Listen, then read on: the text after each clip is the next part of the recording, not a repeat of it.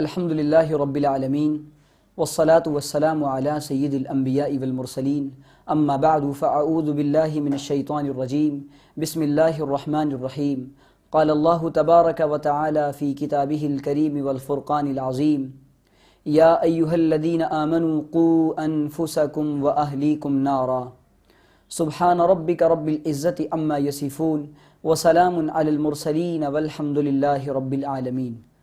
میرے عزیز دوستوں اور بزرگوں، اللہ تعالیٰ نے ہمیں کامل اور اکمل دین دیا ہے، اور یہ دین اللہ تعالیٰ کو بہت محبوب ہے،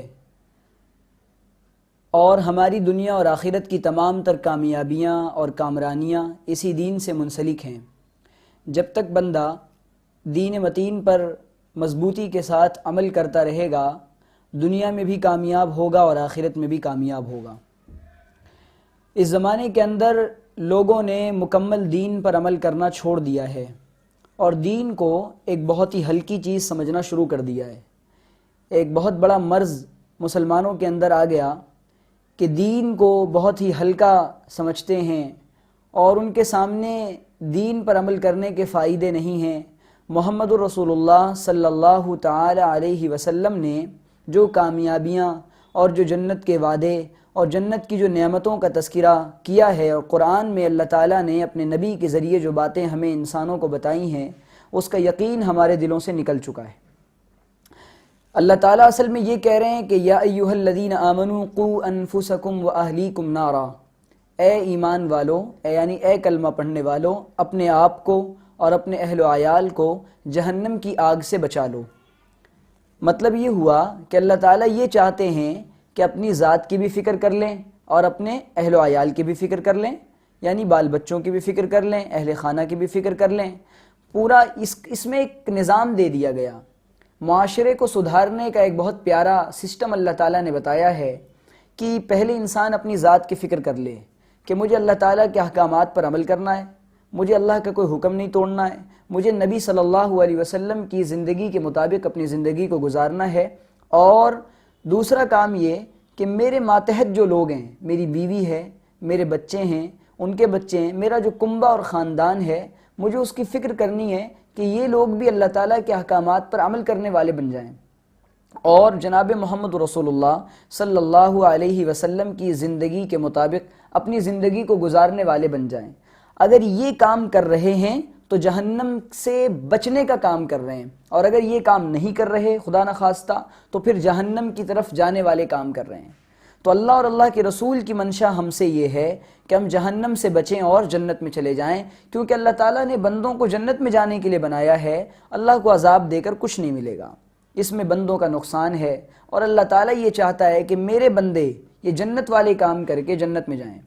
تو عرض یہ کر رہا تھا کہ اس زمانے میں جہاں پر لوگوں نے اپنے اعمال میں بہت تساہل کیا، تغافل کیا، کہ بہت ڈھیلا پن، سستی، کاہلی آئی کہ نمازیں چھوڑ دیں، مسجدوں میں جانا چھوڑ دیا، صرف جمعہ کے نمازی بن گئے، تو اس سے یہ ہوا کہ باطل نے ہم پر محنت شروع کر دی۔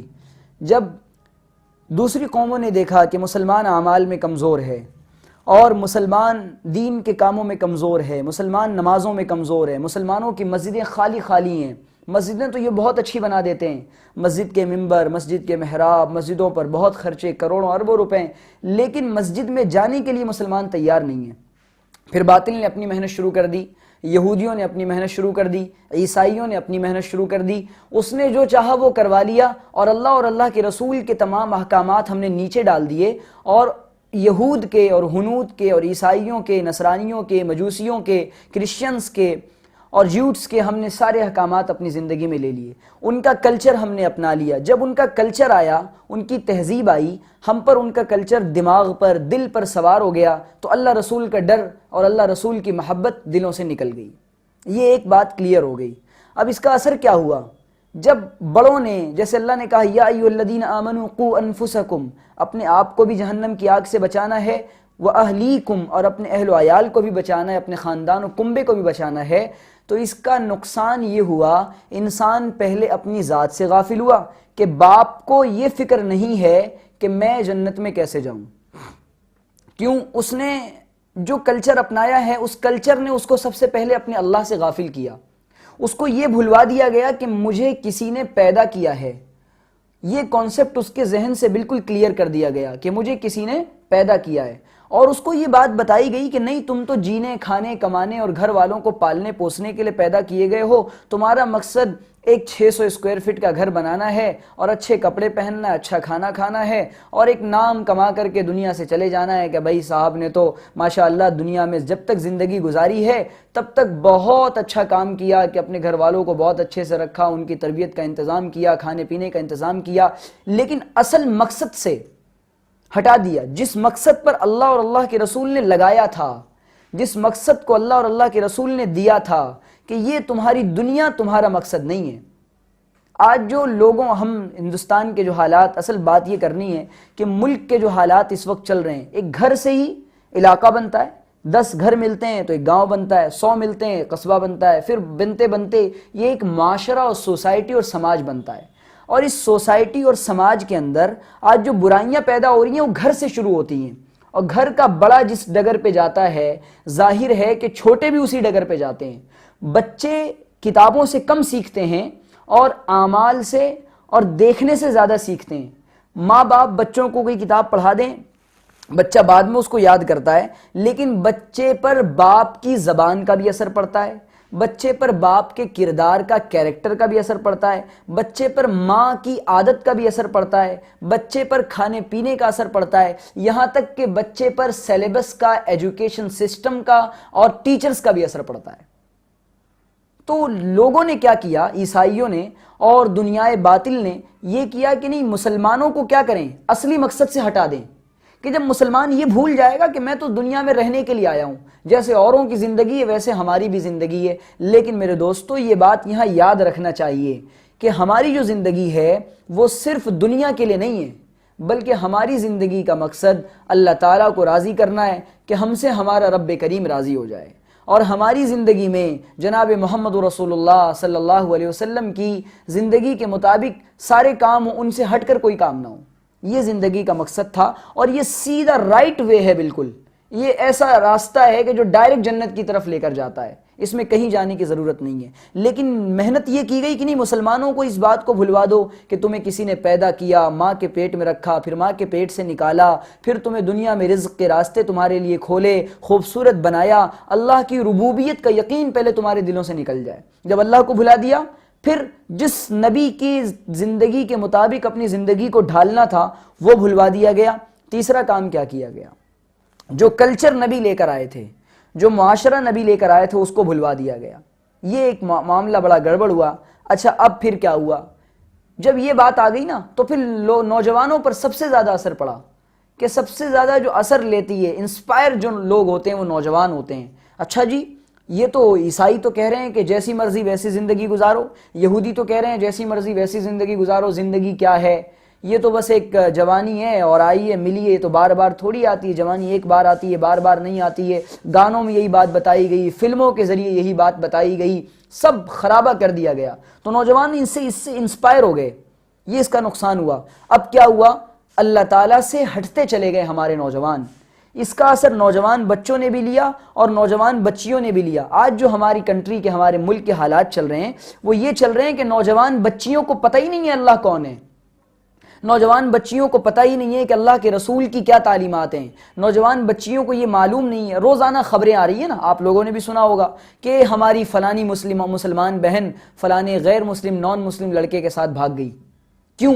یہ اس لیے ہوا اسے اپنے مذہب کی حقیقت کا علم نہیں تھا، یہ اس لیے ہوا کہ اسے اللہ رسول کا علم نہیں تھا، یہ اس لیے ہوا کہ اسے جنت اور جہنم کا پتہ نہیں تھا، اس لیے ہوا کہ اس کے ماں باپ نے اس کی صحیح تربیت نہیں کی. ایک وجہ یہ. دوسری وجہ یہ ہے لڑکے اور لڑکیوں کا مخلوط نظام تعلیم یہ کریٹ کیا گیا باقاعدہ. لارڈ میکالے نے جب انڈیا کا سفر کیا تھا اس کے درمیان اس نے بہت ساری باتوں پر غور کیا تھا. تو اس نے یہ کہا تھا کہ کسی قوم کو غلام بنانا ہے، کسی قوم کو غلام بنانا ہے اور ان کو ذہنی غلامی میں لینا ہے تو یہ کیا جائے کہ ان کے سلیبس سسٹم کو، ایجوکیشنل سسٹم کو چینج کر دیا جائے.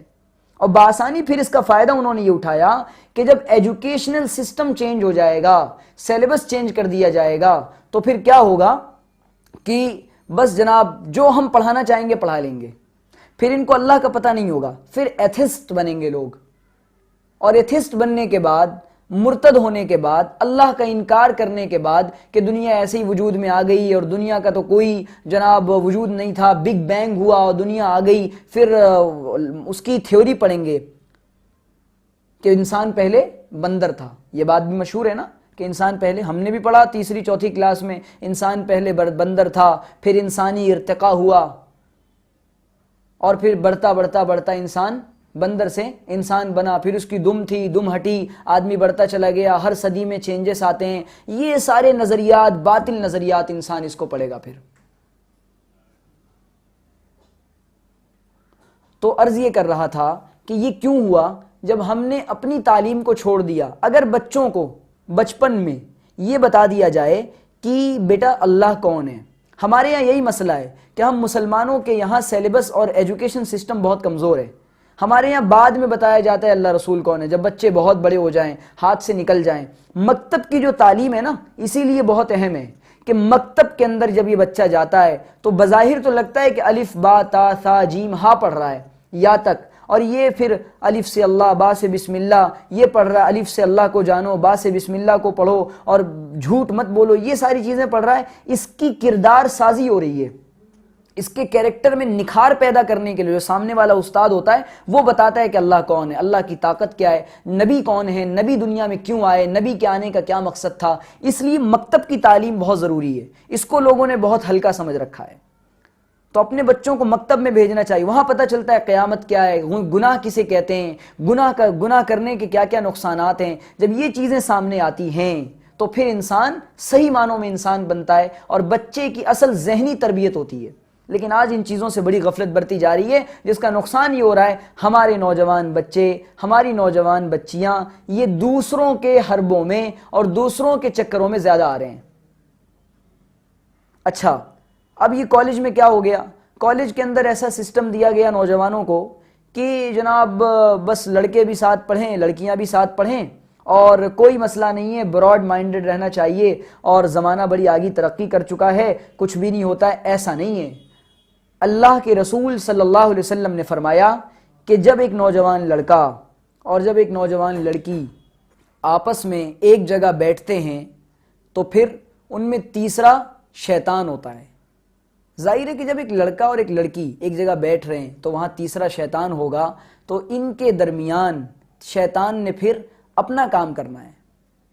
پھر وہ کوئی بھی ہو، پھر کیسے بھی ہو، جوانی کا تو تقاضا ہوتا ہے. جس طریقے سے موقع پر بھوک لگتی ہے، لگتی نہیں لگتی، موقع پر پیاس لگتی ہے، انسان گندا ہوتا ہے تو پاک ہونے کا جی چاہتا ہے، یہ ساری باتیں ہیں. تو ظاہر ہے کہ جب یہ بڑا ہوگا اور بالغ ہوگا تو اس کے اندر سیکشول ڈیزائرز پیدا ہوں گے، جنسی خواہشات پیدا ہوں گی. اب اگر اس کو صحیح طریقے سے وہ چیز نہیں ملے گی تو یہ غلط راستے پر جائے گا. آج ہمارے معاشرے میں یہ ہوا کہ ماں باپ کی سب سے پہلے تو یہ مسئلہ ہوا کہ بچپن میں اس کی دینی تربیت نہیں کی گئی اور اس بچے کو یہ کہہ کر ٹال دیا گیا ابھی تو بچہ ہے، ابھی تو بچی ہے، کوئی مسئلہ نہیں ہے جناب، جیسے چاہے ویسے زندگی گزار لے، تھوڑا بڑا ہو جائے گا تو انشاءاللہ خود بخود سمجھ جائے گا. اسی لیے اللہ کے رسول نے بچپن کی تربیت کے بارے میں فرمایا کہ جب بچہ 7 سال کا ہو جائے تو اس کو نماز کا حکم کرو، اور جب 10 کا ہو جائے تو ایک آدھ لگا بھی دیا کرو اور تھوڑا سا اس کو تنبیہ کے طور پر مار بھی سکتے ہو، یہ کہ اگر وہ نہ پڑھے تو اس کو مارو. کیوں؟ اب اس کی تربیت شروع ہو رہی ہے. لیکن آج ہم نے بچپن میں تربیت کو چھوڑ دیا کہ نہیں، پہلے یہ جائے گا اسکول کے اندر، کانوینٹ اسکول میں جائے گا. کانوینٹ اسکول کا اور کانوینٹ نظام تعلیم کا یہ اثر پڑا کہ ان کو ایک جگہ بھیج دیا جائے جہاں کوئی دین، دھرم اور مذہب سے تعلق نہ ہو. اب یہ ہوا کہ جب ظاہر ہے کہ بچوں کے اندر یہ بات آ جائے کہ مذہب کی انسانی زندگی میں کوئی حیثیت نہیں ہے، سب سے پہلے تو یہ بات ڈالی جائے گی ان چھوٹے چھوٹے ذہنوں کے اندر، معصوم ذہنوں کے اندر یہ بات ڈال دی جائے کہ مذہب کی انسانی زندگی میں کوئی حیثیت اور وقعت اور اہمیت نہیں ہے، جو جیسی آزادانہ زندگی چاہے گزار لے. لیکن اللہ نے اور نبی صلی اللہ علیہ وسلم نے یہ بات بتائی ہے اور انسانیت کو یہ بات سکھائی ہے کہ نہیں، مذہب کی انسانی زندگی میں بڑی اہمیت ہے. اور یہ بتائے ان الدین عند اللہ الاسلام، اللہ تعالیٰ کے نزدیک جو دین ہے مذہب اسلام ہے. سب سے پسندیدہ دین، کیوں وَمَن يَبْتَغِ غَيْرَ الْإِسْلَامِ دِينًا فَلَن يُقْبَلَ مِنْهُ، اور جو اس دین کے علاوہ کوئی دین لے کر آئے گا، اس مذہب کے علاوہ کوئی مذہب لے کر آئے گا، اللہ تعالیٰ اس کو ہرگز قبول نہیں فرمائیں گے۔ یہ بات مسلمانوں کو بتانی تھی، لیکن جب باطل نے، یہود نے اپنا نظام تعلیم، اپنا سیلیبس متعارف کروایا تو چھوٹے چھوٹے ننھے ذہنوں کی یہ تربیت کی گئی کہ نہیں، آزادانہ زندگی گزاریں، جانور بھی زندگی گزارتا ہے وہ بھی آزاد ہوتا ہے، آپ بھی زندگی گزاریں، آپ بھی آزاد گزاریں، آپ کو اپنی زندگی جینے کا برابر کا حق ہے۔ یہ نقصان ہوا کہ ماں باپ نے یہ کیا کہ صحیح اسکول کا، صحیح نظام تعلیم کا، صحیح پڑھانے والوں کا اور اچھے لوگوں کا انتخاب نہیں کیا۔ کیوں؟ ہمارے پاس کوئی ایسا نظام تعلیم نہیں ہے کہ جہاں پر ہم اپنے بچوں کو بھیج سکیں، اور جو مکتب کی شکل میں ہمارے اکابر علماء دیوبند نے، ہمارے اہل اللہ نے، ہمارے بڑوں نے، اسلاف نے جو نظام دیا تھا کہ چھوٹے چھوٹے 3 سال 4 سال 5 سال کے بچے جائیں گے اور وہاں اللہ کو جانیں گے، رسول اللہ کو جانیں گے، کتاب اللہ کو جانیں گے اور مذہب کو جانیں گے، اور ان کے دل میں ایمانی جذبات پیدا کیے جائیں گے، تو مکتب کی اہمیت لوگوں کے دلوں سے نکل گئی کہ بچے مکتب بھیج رہے ہیں بڑی لاپرواہی کے ساتھ۔ تو اسی لیے ہمارے اکابر نے کہا کہ مکتب کی تعلیم بہت ضروری ہے، بلکہ حضرت شیخ الحدیث مولانا محمد زکریا صاحب رحمۃ اللہ علیہ فرماتے تھے کہ میرے نزدیک مکتب کی تعلیم بہت زیادہ ضروری ہے۔ کیوں؟ مکتب میں جو بچے پڑھتے ہیں ان کے ایمان کے تحفظ کا ذریعہ ہے یہ مکتب۔ یہ بچے، ان کو یہ بتایا جاتا ہے کہ اللہ کون ہے، رسول اللہ کون ہے، کتاب اللہ کون ہے، تمہاری زندگی میں آنے کا مقصد کیا ہے۔ تو عرض یہ کر رہا تھا کہ ہم اپنی مکتب کے نظام کو اور تعلیم کو بھی مضبوط بنائیں۔ جب بچپن سے تربیت نہیں ہوگی، تو یہ بچے پھر بڑے ہو کر ہاتھ سے نکل جائیں گے، اور ماں باپ پھر روتے پھرتے ہیں کہ ہمارے بچے ہمارے ہاتھوں سے نکل گئے۔ تو عرض یہ کر رہا تھا، 2 باتیں یہ ہوئی۔ تیسری بات، مخلوط نظام تعلیم پر، ابھی جیسا کہ میں نے عرض کیا، کو ایجوکیشن سسٹم، مخلوط نظام تعلیم، یہ کس نے متعارف کروایا؟ یہ بھی باطل نے متعارف کروایا، یہ بھی ہمارا اپنا نہیں ہے۔ ہمارے یہاں تو یہ ہے حدیث میں جیسا کہ عرض کیا کہ ایک لڑکا، ایک مرد، ایک نوجوان لڑکا، ایک نوجوان لڑکی ایک مجلس میں اکٹھا نہیں بیٹھ سکتے۔ کیوں؟ اللہ کے رسول فرماتے ہیں 2 بیٹھیں گے، تیسرا ان میں شیطان ہوگا۔ تو ظاہر ہے کہ جہاں پر یہ لڑکا اور لڑکی پڑھ رہے ہیں، بہت سارے لڑکے اور بہت ساری لڑکیاں، اور یہ ایسے بچے ہیں جو بالغ ہو چکے ہیں۔ بالغ ہو جانے کے بعد ظاہر ہے کہ ابھی عرض کیا کہ بھوک کے ٹائم پر بھوک لگتی ہے، پیاس کے وقت میں پیاس لگتی ہے۔ تو جب اس کی نکاح کا وقت آ چکا ہے اور اب تک یہ بچہ پڑھ رہا ہے اور بچی پڑھ رہی ہے، ماں باپ کی اس میں بہت بڑی غلطی ہے کہ ماں باپ اس تعلیم کو نکاح کے لیے مانع سمجھتے ہیں۔ کبھی تو ہمارے بچے پڑھ رہے ہیں اور اپنے پیر پر کھڑے نہیں ہوئے اور ان کی شادی کیسے کر دی جائے۔ یہی بیٹا کالج میں جا کر 10 لڑکیوں کے ساتھ گندی حرکتیں کرتا ہے، منہ مارتا ہے، تو پھر ماں باپ کو اس کی فکر نہیں ہوتی کہ یہ دوسری بچیوں کے پر نظر اٹھا رہا ہے، اپنی آنکھوں کو گندا کر رہا ہے، اپنی نگاہوں کو گندا کر رہا ہے، اپنے دل کو گندا کر رہا ہے، گناہ کا کام کر رہا ہے۔ یہ آزاد ہیں۔ کیوں؟ کیونکہ اگر شادی کے بندھن سے باندھ دیا تو لوگ کیا کہیں گے۔ یہ ہمارے معاشرے کا بہت بڑا المیہ ہے، بہت بڑی ٹریجڈی ہے کہ ہم نے اس چیز کو عیب سمجھ لیا، کہ اسی لیے اللہ کے رسول نے فرمایا ہے کہ نوجوانوں کی جماعت تم نکاح کرو، اور اللہ کے رسول نے فرمایا کہ اگر تمہارے اندر نکاح کی طاقت ہے تو تم نکاح کرو۔ نکاح کرنے کے بعد کیا ہوگا؟ اللہ کہہ رہے ہیں یکونوا فقراء، اگر وہ فقیر ہوں گے تو اللہ کہہ رہے یغنیہم اللہ من فضلی، اللہ تعالیٰ ان کو اپنے فضل سے مالدار کر دے گا۔ ایک بہت بڑا مسئلہ یہ بھی ہے، تیسری چوتھی بات یہ کہ ماں باپ نکاح میں تاخیر کیوں کرتے ہیں؟ اس لیے تاخیر کرتے ہیں نکاح میں، کہتے ہیں کہ ہمارا بچہ اور ہماری بچی ابھی تو یہ اپنے پیر پر کھڑے نہیں ہوئے، ابھی تو ان کی تعلیم باقی ہے۔ پہلی بات، کوئی تعلیم، چاہے وہ دینی تعلیم ہو یا دنیاوی تعلیم ہو، نکاح کے لیے مانع نہیں ہے۔ نکاح کیا جا سکتا ہے کہ یہ کہیں نہ کہیں تو اپنی حاجت آنے کے بعد، دل میں خواہشات پیدا ہونے کے بعد کہیں نہ کہیں تو اس کا دل اٹریکٹ ہوگا نا۔ اللہ تعالیٰ نے دل تو بنایا ہی محبت کے لیے کہ اس میں اللہ کی محبت آ جائے، رسول اللہ کی آ جائے، کسی غیر کی آ جائے، تو یہ دل کہیں نہ کہیں اٹریکٹ، اس کو نکاح کے رشتے سے جوڑ دیا جائے۔ اب یہ حرام کرتا تھا، اب اس کو حلال کا راستہ مل گیا ہے۔ تو اسی لیے اللہ کہہ رہے ہیں کہ اگر یہ غریب بھی ہوگا تو اللہ تعالیٰ اس کو اپنے فضل سے مالدار کر دیں گے۔ کیوں؟ اللہ تعالیٰ نے اس کے ذریعے اب اس آنے والی کا رزق جوڑ دیا ہے۔ تو ظاہر ہے دنیا میں ہر ایک کا رزق اللہ نے مقدر کر رکھا ہے، وہ بھی اپنے حصے کا رزق لے کر آئے گی۔ ایک روٹی کھاتے تھے، آدھی یہ کھا لے گا، آدھی یہ کھا لے گی، لیکن یہ بات لوگوں کو سمجھ میں نہیں آ رہی ہے۔ مسلمانوں نے 30 40 سال کی عمر میں نکاح کرنا شروع کر دیا، نوجوان بچوں کی آدھی زندگیاں ختم ہو جاتی ہیں۔ ایک تو نکاح کو عام کریں. یہ جو ارتداد کے واقعات ہو رہے ہیں، لڑکیاں بھاگ رہی ہیں، میں جانتا ہوں ایسے گھروں کو جہاں 30 40 سال کی عمر تک بیٹیاں بیٹھی ہوئی ہیں کہ بیٹی بہت ایجوکیٹڈ ہے اور اتنا ایجوکیٹڈ لڑکا ہمیں نہیں مل رہا ہے. ہماری بیٹی فلانی اسکول اور کالج کے اندر پرنسپل ہے، وہاں 50,000 60,000 سیلری ہے اور اس لیول کا، اس اسٹیٹس کا اور کوالٹی کا لڑکا نہیں مل رہا ہے. کیا کریں، ہم بہت پریشان ہیں. تو یہ زیادہ ضروری تھا یا یہ کہ یہ لڑکی اپنے گھر میں اپنے شوہر کے ساتھ عزت کی زندگی گزارتی، یہ زیادہ ضروری تھا؟ یہ بہت درد کے ساتھ بات کہہ رہا ہوں. تو ماں باپ اس پر بھی غور کریں، وقت پر اپنے بچوں کی شادیاں کر دیں اور اپنے بچوں کو نکاح کے مبارک رشتے سے، پاکیزہ رشتے سے جوڑ دیں. اچھا، پھر پانچویں بات، اب کالج جا رہے ہیں. کو ایجوکیشن سسٹم پر تو ہم اتنی جلدی روک لگا نہیں سکتے. کیوں؟ کیونکہ ہمارے پاس الٹرنیٹ کوئی نہیں ہے. مسلمان یہ کریں کہ اپنے کالجز بنائیں جس میں لڑکیوں کا علیحدہ نظام، جہاں پڑھانے والے بھی عورتیں ہوں، پڑھنے والے بھی بچیاں ہوں، تو وہاں پر ایک نظام بنایا جا سکتا ہے. اور لڑکوں کا الگ نظام، یا ایک ایسا سسٹم ہو کہ صبح کے وقت میں لڑکیاں آئیں اور شام کے وقت میں لڑکے آئیں اور ان کا کوئی کنیکشن اور آپس میں کوئی تعلق نہ بن پڑے. تو یہ کام کیا جا سکتا ہے، لیکن اس میں بہت بڑی مدت لگ سکتی ہے. ایک بڑا اس کے لیے اثاثہ چاہیے، وقت چاہیے، سرمایہ چاہیے، وہ تو فی الحال نہیں ہو سکتا. تو اس کے لیے روک تھام کی کیا کوشش ہے کہ والدین اپنے بچوں پر تربیت کی پوری نگاہ رکھیں، پوری توجہ رکھیں. صبح کو بچی کیسے جا رہی ہے، ان کے لباس پہ نظر رکھیں، یہ کس کے پاس کتنے پیسے ہوتے ہیں، یہاں تک کہ سب سے اہم جو بات عرض کرنی ہے، اس کے ساتھی کیسے ہیں. کیوں؟ اللہ کے رسول علیہ الصلوۃ والسلام نے فرمایا المرء علی دین خلیلہ فلینظر من یخالل، او کما قال علیہ السلام، دوست اپنے دوست کے دین پر ہوتا ہے. اس لیے چاہیے کہ جب تم میں سے کوئی کسی کو دوست بنائے نا تو وہ دیکھ لے کہ کس کو دوست بنا رہا ہے. یہ دوستیاں جو آج لگائی جا رہی ہیں یہ معمولی نہیں ہے. یہ دوستیوں نے سارا خرابہ کر رکھا ہے کہ یہ بعض دفعہ ایسے واقعات سننے میں آتے ہیں. غور کریے گا کہ لڑکی خود خراب نہیں تھی لیکن اس کی سہیلی نے اس کو خراب کر دیا ہے. ایک بات. اچھا، ماں باپ کا تربیت میں اصل کردار کس کا ہے؟ ماں کا کردار ہے. کیوں؟ بچے کی پہلی تربیت گاہ اور درس گاہ ماں کی گود ہوتی ہے، اور یہی ماں اگر اپنے بچے پر تربیت کی نگاہ رکھے اور توجہ رکھے تو بچہ پھر ایک ہیرا بن جاتا ہے اور معاشرے کا بہترین انسان اور بہترین فرد اور وہ معاشرے کی بہترین عورت بنتی ہے. اور اگر نگاہ نہ رکھی جائے تو پورا معاشرہ خراب ہو جاتا ہے. تو مائیں اس معاملے میں بہت کمزور ہیں کہ اپنی بچیوں پر خصوصاً نگاہ نہیں رکھ رہی ہیں. کیوں؟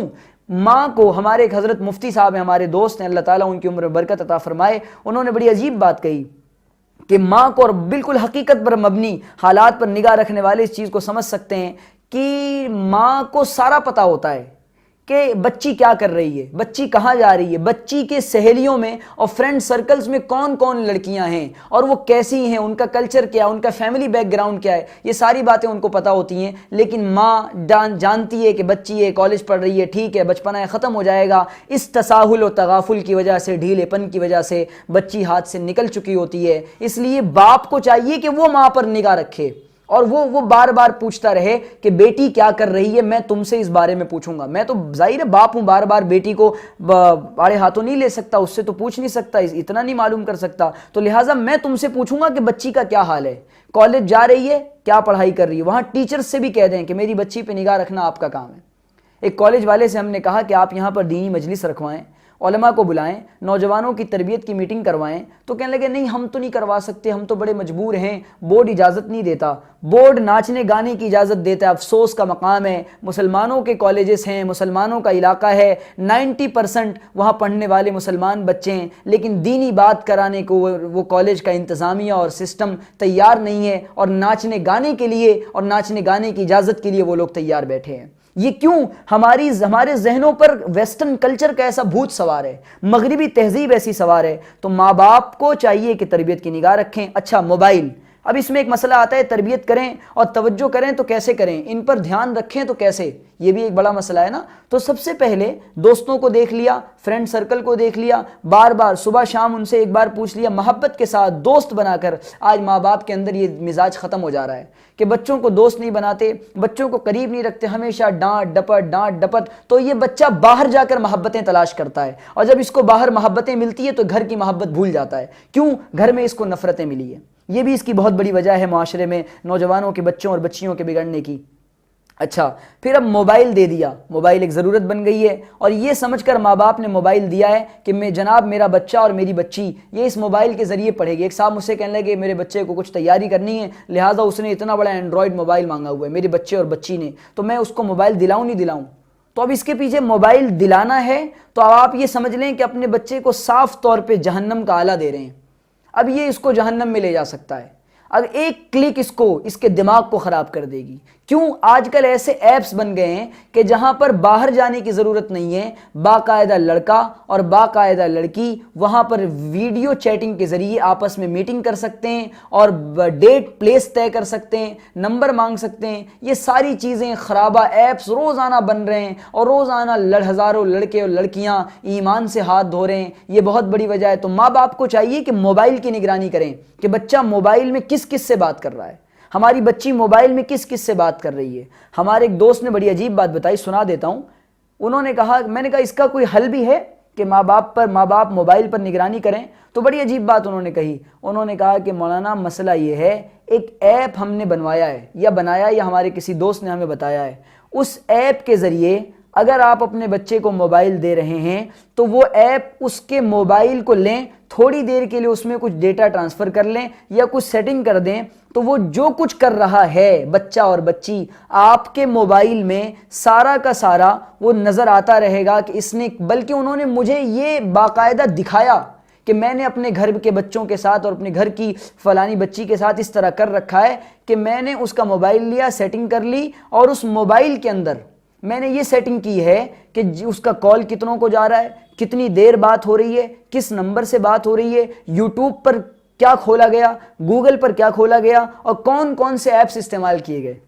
میں نے کہا بھائی بڑی اچھی بات ہے، یہ تو ماں باپ آپ سے پیسے دے کر خریدیں گے، اس کو آپ عام کریں، خوب عام کریں۔ تو یہ جدید حالات کے تناظر میں اور ان حالات کے پیش نظر ان چیزوں کا بھی ان ویب ڈیزائنر سے اور سافٹ ویئر کی فیلڈ میں سے تعلق رکھنے والوں سے اس سلسلے میں بھی بات کر کے معلومات حاصل کی جا سکتی ہے کہ اگر بچوں کو موبائل دیا ہے تو ان پر نظر کیسے رکھیں۔ تو عرض یہ کر رہا تھا ماں باپ کی نگرانی بھی بہت ضروری ہے، ورنہ یہ ارتداد اور جو بچے اور بچیاں مسلمان لڑکے اور لڑکیاں جو بہک رہے ہیں، ہماری جو مسلمان بچیاں خصوصاً جا رہی ہیں، شروع سے لے کر آخری تک بات کا خلاصہ یہ ہے، اس میں اب علماء کی کیا ذمہ داریاں، ماں باپ کی ذمہ داری پوری ہو گئی اور سارے لوگ، اب علماء کی اس میں یہ ذمہ داریاں ہیں کہ وہ نوجوانوں کو اکٹھا کریں، 10-20 نوجوانوں کا گروپ بنائیں اور اپنے علاقے کے جو کالجز ہیں، جو کلاسز ہیں، جو انسٹیٹیوٹس ہیں، سائبر کیفے ہیں اور جو میدان ہیں اور گارڈنز ہیں، وہاں پر 2-2 4-4 کی جوڑیاں بنا کر جائیں، اور جو تبلیغی جماعت والے کام کر رہے ہیں تو سارا ٹھیکہ تبلیغی جماعت کے ساتھیوں نے تو نہیں لے رکھا ہے نا، تو علماء کو بھی اس فیلڈ میں آنا پڑے گا کہ علماء اپنے ساتھ نوجوانوں کو اکٹھا کریں، علماء جوڑیں، کالجز کے کیمپس میں جائیں اور وہاں پر نوجوانوں کو پکڑ کر، اور عورتوں کو بھی اس میں ساتھ میں شامل کریں، اپنی گھر کی ماؤں اور بہنوں کو بھی لیں اور وہ جائیں اور ان کو پیار سے بیٹی بہن بلا کر کے پیار سے یہ سمجھائیں کہ دیکھو میری بچی یہ جو حالات چل رہے ہیں یہ ایسے نہیں ہیں، یا یہ کہ جن کے بارے میں معلوم ہو کہ وہ اس دلدل میں پھنس چکی ہے یا پھنس چکا ہے،